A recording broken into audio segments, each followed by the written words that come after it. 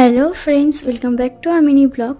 দিনটা ছিল 14 আগস্ট, শ্রাবণ মাসের 28 তারিখ। তো আমরা বেরিয়ে পড়েছিলাম ভূতনাথ বাবার দর্শনের উদ্দেশ্যে।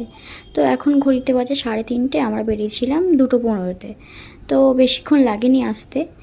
তারপর ছোট একটা ভাইয়ের কাছ দিয়ে আমরা তিলক পরলাম। আমরা দুজনে তিলক পরে নিয়েছি। এখন আমরা যাব মোটা বাবার থানের উদ্দেশ্যে। তো এখান থেকে ওটা 5 মিনিট। তো চলে এসেছি, দেখো। তো আমরা জানতাম না যে সকালবেলায় পুজো হয়।